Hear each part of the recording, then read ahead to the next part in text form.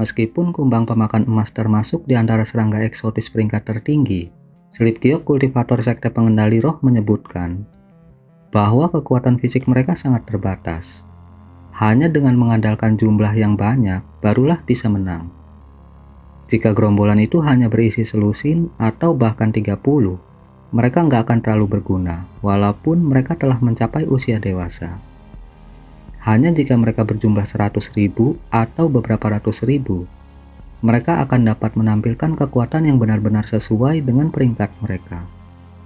Membayangkan pemandangan kumbang yang tak terhitung jumlahnya menutupi langit dan membunuh tanpa akhir, Hanli tanpa sadar menggigil. Dia sekarang bermaksud untuk menernak kumbang pemakan emas untuk meningkatkan jumlah mereka. Namun itu lebih mudah diucapkan daripada dilakukan. Kumbang pemakan emas hanya ada di zaman kuno di wilayah selatan surgawi, dan saat ini punah di sana.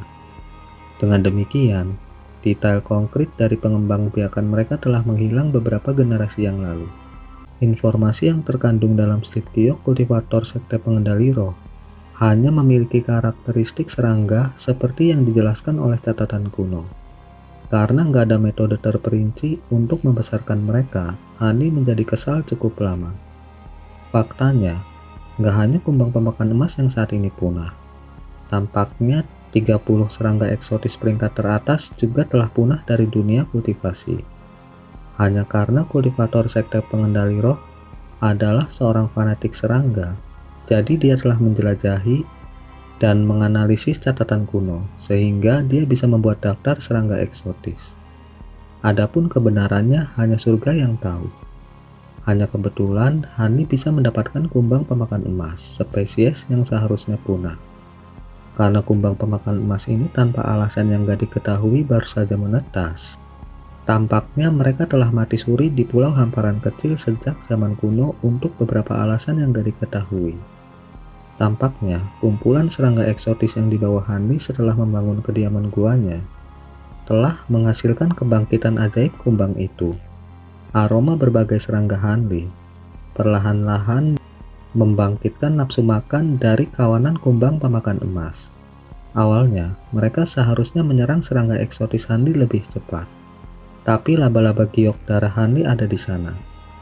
Karena mereka takut pada predator alami mereka nggak berani menjelajah terlalu dekat ke kediaman gua Hanli.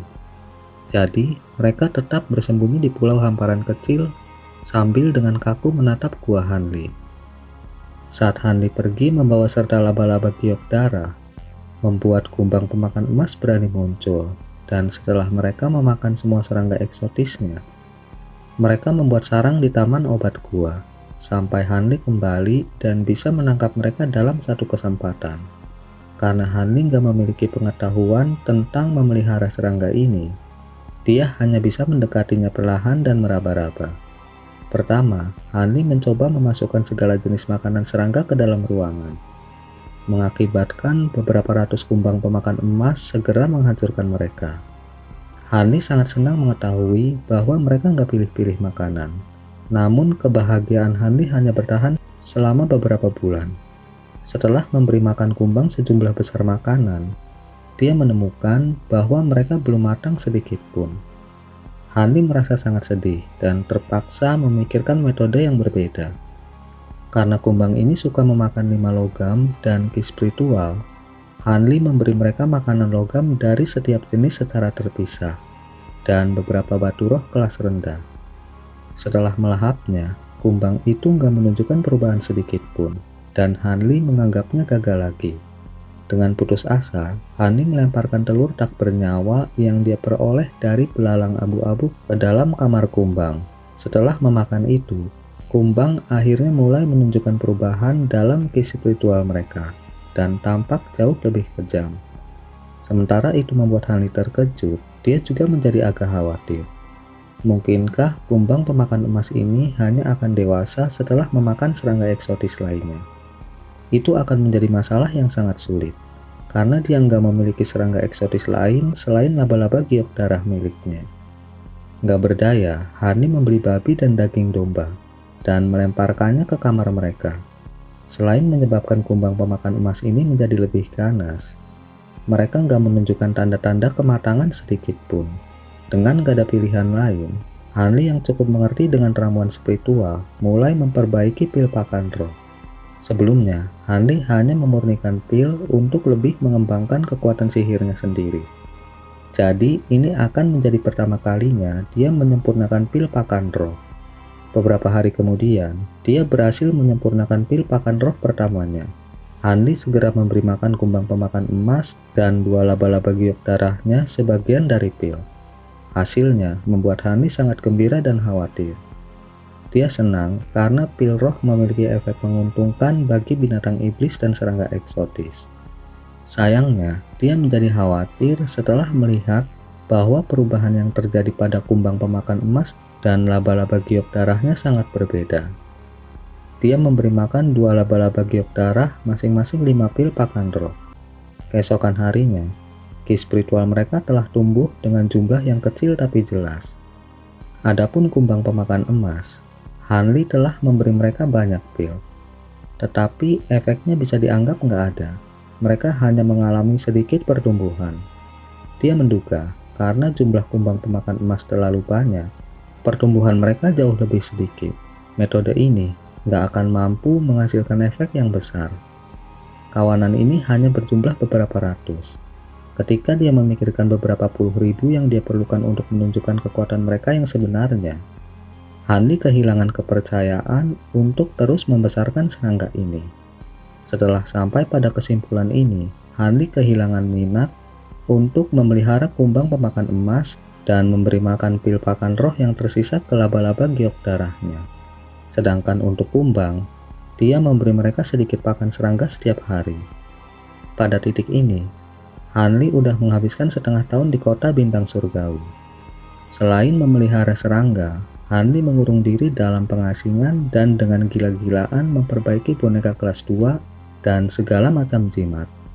Karena Hanli belum mencapai formasi inti, dia nggak bisa memahami teknik sihir perantara atau memperbaiki jimat perantara. Setelah menciptakan jimat dalam jumlah besar, dia mendapatkan keuntungan karena memiliki tingkat keberhasilan yang tinggi dalam membuat jimat tingkat rendah. Hanli memiliki tingkat keberhasilan mendekati 50%, bahkan untuk jimat kelas tinggi, memungkinkan dia untuk menyimpan sejumlah besar material. Kayu ulin berumur beberapa ratus tahun adalah bahan utama dalam pembuatan boneka kelas 2. Karena Hanli dapat dengan cepat mematangkan kayu ulin, biaya pembuatan boneka berkurang lebih dari setengahnya. Untuk jiwa-jiwa yang diminta untuk memperbaiki boneka, mangkuk jiwa Kaisar Yu berisi banyak jiwa liar yang telah lama kehilangan kecerdasan mereka. Dia terus terang memanfaatkannya karena mereka nggak lagi memiliki kecerdasan dan telah kehilangan kualifikasi untuk reinkarnasi. Jadi dia hanya bisa menganggapnya sebagai bahan penyempurnaan umum. Setelah akhirnya membuat sekitar 200 boneka dengan model yang sama, Hanli merasa sangat puas. Namun, penciptaan boneka ini telah menghabiskan sejumlah besar batu roh Hanli. Meskipun biaya untuk membuat satu boneka nggak dapat dianggap besar, biaya untuk berhasil membuat 200 boneka dengan tambahan biaya materi yang hilang selama upaya yang gagal dapat membuat seseorang terdiam. Saat ini, Hanli telah mengasingkan diri selama 2 tahun penuh. Selama 2 tahun ini, Hanli memberi makan laba-laba giok darahnya dengan pil pakan roh. Dengan bantuan kekuatan obat yang kuat, 2 binatang iblis naik pangkat menjadi binatang iblis kelas 1. Selama waktu ini, jiwa bengkok hampir sepenuhnya menyempurnakan mangkuk abadi. Meskipun dia bukan pencipta harta sihir dan dengan demikian nggak dapat menggabungkan pikirannya dengannya, dia akhirnya mampu menyerapnya ke dalam tubuhnya dan menampilkan 70% kekuatannya. Hanli sebelumnya berpikir tentang membuat jiwa bengkok membuat harta sihirnya sendiri. Tetapi bahan untuk membuat harta sihir benar-benar mahal. Dengan batu roh yang tersisa, Hanli takut dia nggak akan bisa mendapatkan banyak bahan yang paling umum untuk membuat harta sihir. Selain itu, harta karun bukanlah sesuatu yang dapat dibuat dalam waktu singkat di dalam jiwa seseorang. Setidaknya butuh 30 tahun usaha pahit sebelum bisa menunjukkan tahap awal kekuatannya. Tapi Hanli nggak punya waktu untuk disia-siakan. Kebutuhannya yang paling mendesak adalah untuk mendapatkan inti binatang iblis dalam jumlah besar, sehingga dia dapat memperbaiki obat-obatan roh dalam persiapan untuk siklus kedua dari teknik 3 revolusi esensi. Tindakannya dalam pengasingan, apakah itu memelihara serangga eksotisnya atau memurnikan sejumlah besar boneka, semuanya adalah persiapan untuk perburuan binatang iblis. Hanli bertanya-tanya, apakah mereka akan mampu berburu binatang iblis kelas 5 tanpa banyak kesulitan dengan jiwa bengkok bertindak sebagai kekuatan utama, bersama dengan bantuan bonekanya, laba-laba giok darah, formasi mantra, dan Hanli sendiri. Dengan pemikiran ini, Hanli akhirnya meninggalkan kediaman guanya dan membawa jiwa bengkok bersamanya ke kota bintang surgawi. Karena dia ingin pergi ke laut bintang luar dan berburu binatang iblis kelas tinggi, dia secara alami membutuhkan informasi tentang binatang iblis dan daerah di mana formasi transportasi akan membawanya. Karena itu, dia pergi ke pasar kota, berharap mendapatkan apa yang dia butuhkan. Pasar kota bintang surgawi terletak di lapisan pertama Gunung Sage dan sangat besar, sehingga menempati setidaknya setengah dari lapisan pertama atau lebih. Cakupan perdagangan harian bahan dan alat sihir di pasar ini jauh lebih besar dan lebih makmur daripada kota pasar manapun yang pernah dilihat Hanli sebelumnya.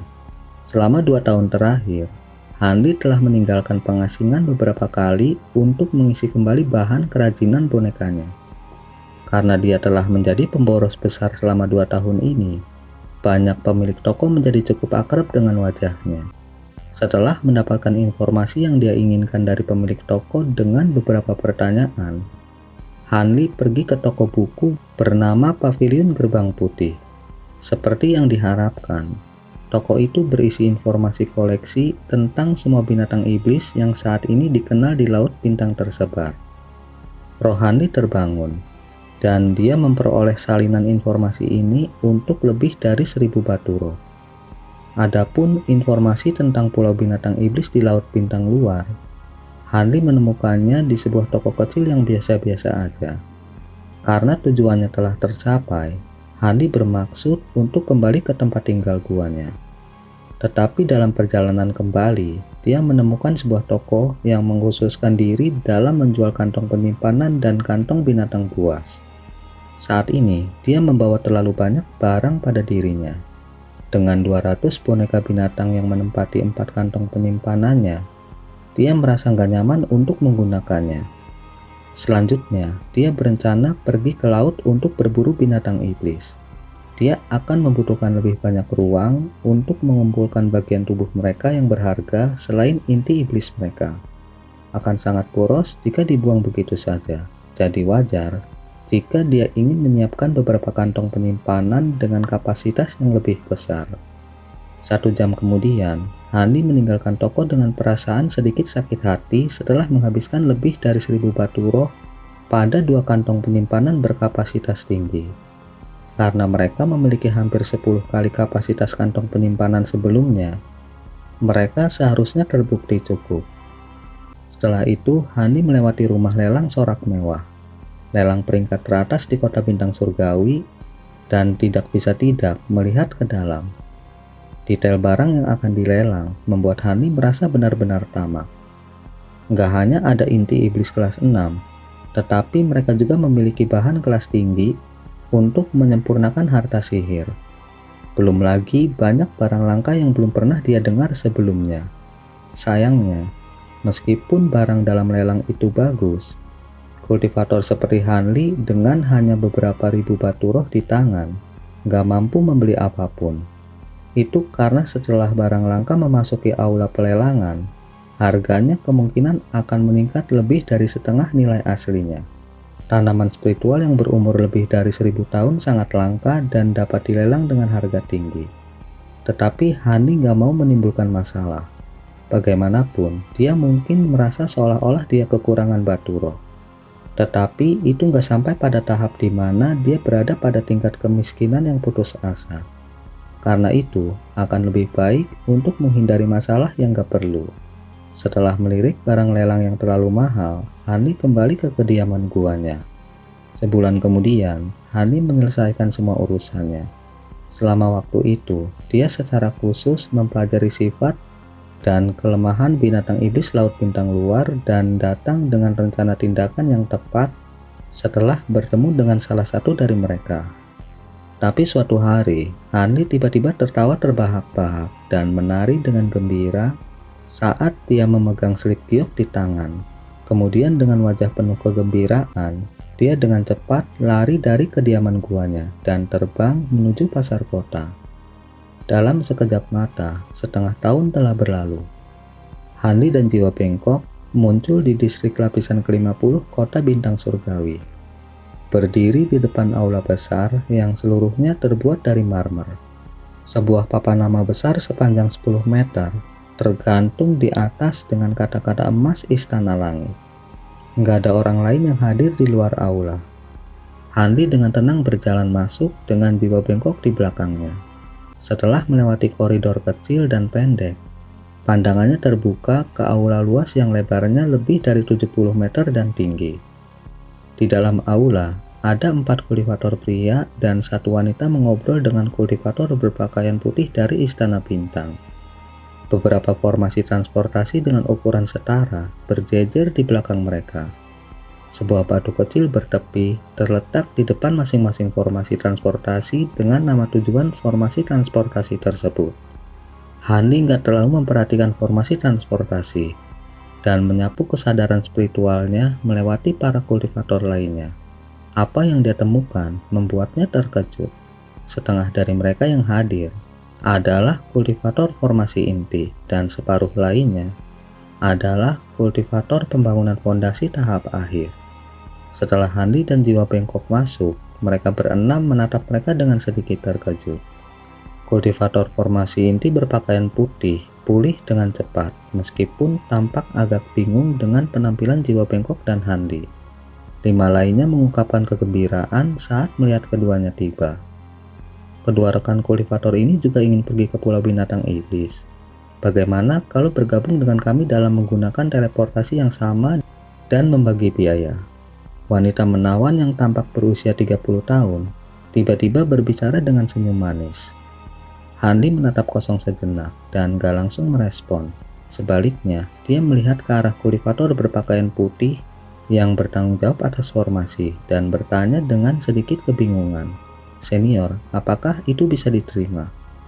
Tentu, penggunaan formasi transportasi itu dipungut berdasarkan jumlah pengaktifannya, bukan jumlah orang. Terlepas dari apakah itu 1 orang atau 7 orang, biayanya tetap 700 batu roh. Namun hanya maksimal 7 orang yang dapat diteleportasi dalam satu kesempatan. Kultivator berpakaian putih berbicara dengan acuh tak acuh. Hani dengan hormat mengucapkan terima kasih atas penjelasannya dan kemudian menoleh ke arah wanita itu, bertanya sambil tersenyum. Sudahkah kamu memutuskan Pulau Binatang Iblis mana yang ingin kamu tuju? Paman bela diri saya dan saya ingin pergi ke Pulau Giok Dalam. Pulau Giok Dalam. Wanita itu terkejut sesaat. Setelah melirik ke beberapa orang di belakangnya, dia segera menjawab sambil tertawa. Sungguh kebetulan, kami juga berencana menuju Pulau Giok Dalam. Ekspresi Hani nggak berubah, tapi dalam hati dia mencibir. Orang-orang ini jelas nggak peduli Pulau Binatang Iblis mana yang mereka tuju. Tapi karena Hani bisa menghemat batu roh, dia mengangguk setuju. Setelah masing-masing anggota kelompok menyerahkan 100 batu roh kepada kultivator berpakaian putih, mereka semua berdiri dalam formasi transportasi untuk Pulau Giok Dalam. Kultivator berpakaian putih kemudian menyerahkan masing-masing jimat transportasi untuk ditempatkan di tubuh mereka. Tampaknya, jimat ini memiliki efek yang mirip dengan medali kuno pergeseran, yaitu untuk mencegah terjadinya kecelakaan karena teleportasi jarak jauh. Meskipun jimat itu bisa memberikan perlindungan untuk teleportasi jarak jauh, itu hanya efektif sampai jarak tertentu dan hanya bisa digunakan sekali. Medali kuno pergeseran jelas jauh lebih unggul.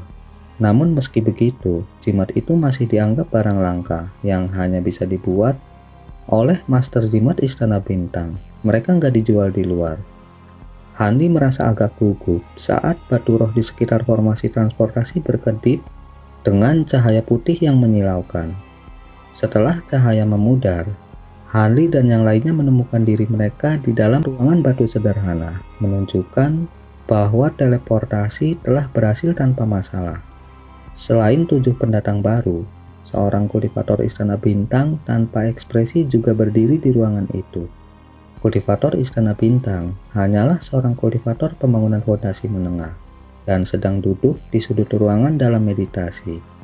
Setelah dengan acuh tak acuh melirik Hani dan yang lainnya ketika teleportasi selesai, dia menutup matanya sekali lagi tanpa niat untuk lebih memperhatikan mereka. Hani merasakan fluktuasi spiritual ki yang sedikit nggak biasa di dalam ruangan. Sepertinya itu berasal dari batasan mantra formasi yang menyelimuti ruangan. Kamar batu itu memiliki pintu setengah terbuka yang besar. Melalui lubang pintu yang terbuka, obrolan samar dari luar bisa terdengar. Sementara Hani melihat sekeliling ruangan dengan rasa ingin tahu. Yang lain keluar dari formasi sambil memikirkan urusan mereka sendiri. Tapi tiba-tiba, seorang kultivator formasi inti tua dengan wajah semerah jujube matang tiba-tiba berbalik dan bertanya, "Apakah Anda rekan kultivator tertarik untuk bergandengan tangan dengan kami? Kami akan membagi batu roh secara merata setelah menjual inti iblis." "Tidak perlu. Keponakan bela diri saya dan saya memiliki rencana yang berbeda. Mohon jaga dirimu." Wajah jelek jiwa bengkok tetap tanpa ekspresi saat menolak tawaran. Orang tua itu mengungkapkan sedikit kekecewaan atas penolakan tersebut dan menghela nafas berkata, "Itu sungguh disayangkan. Jika rekan kultivator bergabung dengan saya, kami nggak akan memiliki masalah berburu binatang iblis kelas 6. Karena tampaknya ini adalah pertama kalinya kalian berdua mengunjungi pulau binatang iblis. Aku akan memberimu 2 kata nasihat. Tidak hanya Anda harus waspada terhadap binatang iblis kelas tinggi di sini, tetapi Anda juga harus berhati-hati terhadap penyergapan dari kultivator jahat. Jadi akan lebih baik bepergian dalam grup. Jika Anda berubah pikiran, kami akan dengan senang hati menyambut Anda." Hani terdiam sesaat sebelum membawa jiwa bengkok keluar dari ruangan sambil tertawa kecil. "Apa ini?" Hani melihat sekeliling dengan heran. Tidak salah jika mengatakan bahwa tempat ini memiliki jalan-jalan kecil di mana-mana. Karena ada berbagai macam bisnis yang berserakan, menjual jimat, alat sulap, berbagai macam barang, atau bahkan membeli depo. Setiap toko juga memiliki penjaga toko yang duduk dengan malas di dalamnya. Toko-toko ini juga dibangun dengan sangat kasar. Mereka nggak dibangun dengan batu, tetapi dengan kayu gelondongan. Karena mereka benar-benar sederhana, Hani meragukan apakah toko-toko itu masih akan berdiri setelah hembusan angin kencang. Selain itu, mereka diatur secara sembarangan dan tersebar ke segala arah, membuat orang yang menyukai kerapihan sangat gak nyaman melihatnya. Hal yang paling membingungkan bagi Hanli adalah seluruh jalan sangat sepi. Nggak ada satu orang pun di luar toko. Setelah bergumam pada dirinya sendiri sejenak, dia diam-diam tersenyum. Bagaimana dia bisa lupa? Tempat ini nggak sesantai Pulau Bintang Dalam. Pendatang baru yang berani ke pulau-pulau ini setidaknya berada di pertengahan pembangunan fondasi. Mereka semua harus keluar berburu binatang iblis. Hanli kemudian mengangkat kepalanya dan melihat ke sekeliling, menemukan bahwa tempat ini sebenarnya dibangun dengan punggung ke sebuah gunung kecil. Hani merenung sejenak sebelum berjalan menuju toko barang umum yang dibangun dari puing-puing. Apakah ada peta laut di area terdekat? Sebelum Hanli tiba, dia telah mengetahui bahwa peta laut dari Pulau Binatang Iblis terus-menerus diganti, dan peta terbaru adalah yang paling berguna. Ada, kami memiliki peta umum dan peta rinci. Tipe mana yang disukai senior? Pemilik toko dari toko barang umum adalah seorang kultivator pemurnian ki paruh baya. Dia memberikan jawaban yang antusias setelah Hanli datang dan mengajukan pertanyaan kepadanya. Peta rinci, Hanli langsung menjawab. peta rinci, harganya 100 batu roh. Pria paruh baya itu berkata dengan berani, 100. Hani merasa bahwa dia salah dengar. Tetapi wajahnya segera menjadi gelap dan menunjukkan kemarahan. Meskipun dia nggak berniat membuat masalah, dia nggak akan membiarkan dirinya ditipu oleh kultivator kelas rendah. Senior seharusnya nggak salah paham. Harga ini bukan saya yang menentukan, tapi atasan saya. Saya hanya mematuhi perintah. Selain itu, kultivator lain menjual peta baru kepada kami dengan harga tinggi juga. Menanggapi ekspresi suram Hanli, dia memberikan penjelasan dengan keluhannya sendiri daripada mengungkapkan rasa takut. Atasan Anda berasal dari serikat dagang apa? Hani bertanya dengan cemberut setelah amarahnya agak mereda. Dia jelas mengerti bahwa toko-toko kecil nggak akan mampu menjalankan bisnis di Pulau Binatang Iblis. Ini bahkan mungkin merupakan cabang dari Persatuan Pedagang Empat Elemen. Setelah jeda singkat, pria parubaya itu menjawab sambil tersenyum. Hehe, senior pasti berpengetahuan luas. Junior adalah bawahan dari Persatuan Pedagang Penyemangat Mewah. Persatuan Penyemangat Mewah yang sama yang mendirikan rumah lelang penyemangat mewah di Kota Bintang Surgawi dan merupakan anggota dari Persatuan Pedagang Empat Elemen. Benar, senior. Tanpa banyak kata, Hani melemparkan batu roh kelas menengah ke arahnya. Penjaga toko kemudian tertawa kecil dan menyerahkan slip giok kepada Hanli. Hanli melirik toko-toko lain sebelum mengambil slip giok dan dengan murung bertanya, apakah toko-toko lain juga bagian dari Persatuan Pedagang Penyemangat Mewah Anda?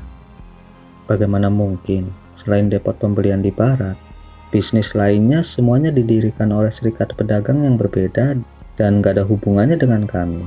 Pria parubaya itu melihat ke toko lain dan berbicara dengan sedikit permusuhan. Setelah mendengar itu, Hani berbalik dan pergi dengan jiwa bengkok tanpa kata-kata lagi.